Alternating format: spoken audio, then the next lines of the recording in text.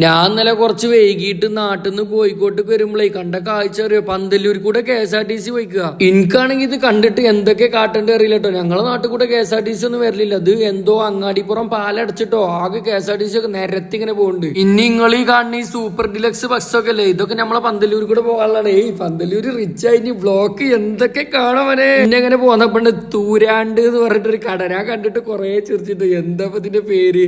പിന്നെ നോക്കിയപ്പോൾ മനസ്സിലായത് റെസ്റ്റോറന്റ് അരീക്കോട് എത്തിയപ്പോ വാലുള്ള KSRTC ഒക്കെ എന്താ ലുക്ക് അറിയോ. അവിടെ ഞാൻ സൈഡിൽ നിർത്തിയിട്ടുണ്ട്. ഇന്ന് ആകെ KSRTC കേട്ടോ. ഈ കോട്ടുകാര് പിന്നെ ഈ പോയമ്മൊന്നും പാലൊന്നും ഉണ്ടാക്കൂല കേട്ടോ. റോട്ടിൽ നിറച്ച് പോയും കിണറുമാണ്. ഞാനിങ്ങനെ ഈ രാത്രിയൊക്കെ ഒറ്റക്ക് പോകുമ്പോ ഇങ്ങനത്തെ ലൈറ്റ് കണ്ട കുറച്ചേരം നിർത്തിട്ടോ. പക്ഷെ ഇങ്ങനെ പൊള്ളിച്ചതിന്റെ മണക്ക് ഇങ്ങനെ വരുമ്പോ ക്ഷമയും കിട്ടൂല. ഇന്നൊരു കാര്യം മുതലായി. ഇത്ര രാത്രി വൈകി ഒന്നുകൊണ്ട് എടവണ്ണപ്പാറ ബ്ലോക്കിലാ കണ്ടു. ഞാൻ വണ്ടിയൊക്കെ സൈഡാക്കി 2 മിനിറ്റ് ആ സെന്ററിൽ കൂടെ അങ്ങനെ നടന്നിട്ടോ. എന്ത് പൊലിവ് അറിയോ. അപ്പൊ ഉണ്ട് ഇന്റെ അതേമാതിരി ഒരു സൈക്കോ ബായി. അയാളുണ്ട് റോഡിന്റെ നടുവ് കൂടെ ഇങ്ങനെ ബ്ലോക്കിൽ കണ്ടിട്ട് ഇങ്ങനെ നടക്കണേ. ഏതാ വൈബ് ഏതാ മൂടി. കരിന്ന് വരുന്നോണ്ട് എന്റെ കോഴിക്കോട്ടത്തെ അപ്പാർട്ട്മെന്റിൽ വെള്ളമൊന്നും ഉണ്ടാവില്ല കേട്ടോ. അപ്പൊ ഏതെങ്കിലും കടയിൽ കയറി വെള്ളം വാങ്ങണം. അപ്പൊ ഞാനൊരു ഐഡിയ എടുത്തു. വെള്ളം വാങ്ങാൻ 20 റുപ്യക്ക് ഒരു കടി വാങ്ങിയിട്ട് ആ കടയിൽ നിന്ന് ഫ്രീ ആയിട്ട് വെള്ളം കുടിച്ചു. ലൈഫ് അങ്ങനെ വെള്ളം കുടിച്ച അവിടുത്തെ ഭായിമാരോട് 2 തള്ളൊക്കെ തള്ളി ഇങ്ങനെ പോയിന്നിട്ടോ. ഇനി ഈ പാലം കഴിഞ്ഞ അടുത്തത് കോഴിക്കോട് ജില്ലയാണ്. ഇതുവരെ നല്ല റോഡായിരുന്നു. കോഴിക്കോട് ജില്ലക്കാണ് കിടന്ന റോഡൊക്കെ ആകെ അരപ്പാട്ടോ. ഇനി കണ്ടോളി റോഡിന്റെ നടുവിൽ എന്തൊക്കെ തരം കുഴികളാന്നുള്ളത്.